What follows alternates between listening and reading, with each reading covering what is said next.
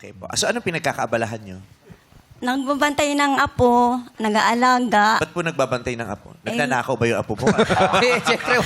Baka Nababalak pa siyang masama sa inyo. Hindi, nagkatrabaho yung mga magulang. Yung Bata pa siya. mga bata po, yung mga anak ko, nagtatrabaho.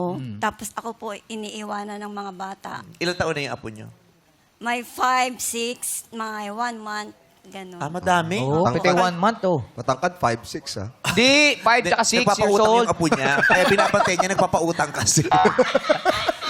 5 years old, 6 years old, at saka 1 month. 1 year, tsaka 1, ano po. Grabe, ang hirap ng mga inaalagaan. Oo, Grabe, ang malilikot. likot niya mga yan. Oo. Mag-isa ka lang. Apo. Ay, Diyos ko, kawawa naman si mother.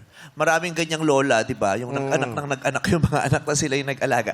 Pero kaligayahan din naman ang tulad Yes. sa inyo. Yes. Kahit Opo. pagod na pagod ka, ana. Pagka Gusto mo nakikita din- mo, masaya ka na. Oo. Tapos pag kinukuha na yung apo mo, nalulungkot ka, gusto mo nasa iyo din lagi. Hindi kasi po yung bahay namin, tabi-tabi lang gano'n. Ah, Parang kaya ano, iwan lang compound. Yung di po, building, tenement, Oo. yun. So, pupuntahan mo lang sila Iiwan doon. lang. Kasi isang ano lang po yun eh, isang kwarto, 2, 3, 4. 4 na kwarto, sunod-sunod. Inaabutan ka naman ng mga anak mo. Minsan, hindi, minsan meron. Pag may sobra. Ano nang nagpapaligaya sa iyo ngayon, Lina? Sa akin po. Hindi sa akin, sa pagkalimutan. Itanong niyo po sa Di mo ako kilala, di ba? Hindi siya yun. Lahat na lang na nakausap. Ngayon? Lahat na lang tuloy nakikita ko ngayon, piling ko, hindi mo ako kilala. Hindi mo ako sinusundan. Halos ipakain mo yung cellphone mo sa bunga. Ang lapit eh. Okay. So, anong mga nagpapaligaya sa'yo? Nagpapasaya sa'yo every day? Yung nag-alaga ng mga apo na makukulit. Ano pa? Tapos yung, araw-araw po ako nag-iigib ng tubig. Paano yun? Ang dami mong nagbabantay ng mga bata, tapos nag-iigib ka pa ng tubig. Tapos sa 7th floor ka pa daw Opo, Wow. walang elevator yung building. wala po. Oh my gosh. Oo. May katuwang naman po kayo sa pag-aalaga o kayo lang talaga? Ako lang po. Paano yun? Iiwanan mo yung 1-year-old Oo. pag mag-iigib ka na? O nasa timba yung apo mo habang may tubig? Di, baka pagdating ng mga anak niya, iiwan niya yung mga apo doon. Bago pa sila umalis, mag-igib na ako ng maaga pa lang. Bago iwan yung mga apo sa'yo. Tapos, pagtapos na ako mag-igib, iwanan na nila. Oo. Tapos, hatid na naman sa school.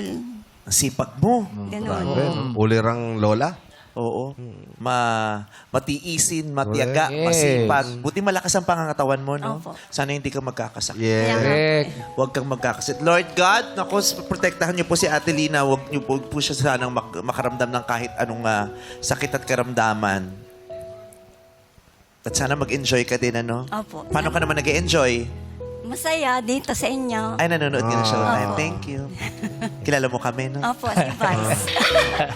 Oo. Kahit sundan mo ako sa airport, okay lang. Huwag mo lang itutok sa bunganga ako ng paulit-ulit. Alam ba dapat distansya? Alam ba dapat distansya? At least isang di pa man lang. Oo, lalo na pag boarding na. O yung maliliit na kami. Yung naghahabol mo kami. Yung ganon. God bless you, Ate Lina. Sige, thank you po. Oo. Anong may wish ka pa ba sa buhay?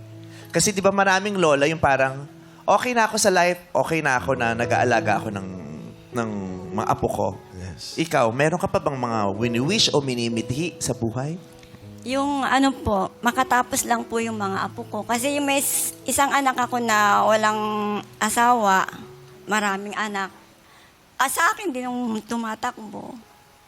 Tapos yung isa kong anak na panganay na walang asawa, siya nagsusuporta dun sa mga apo ko na walang tatay. Oo.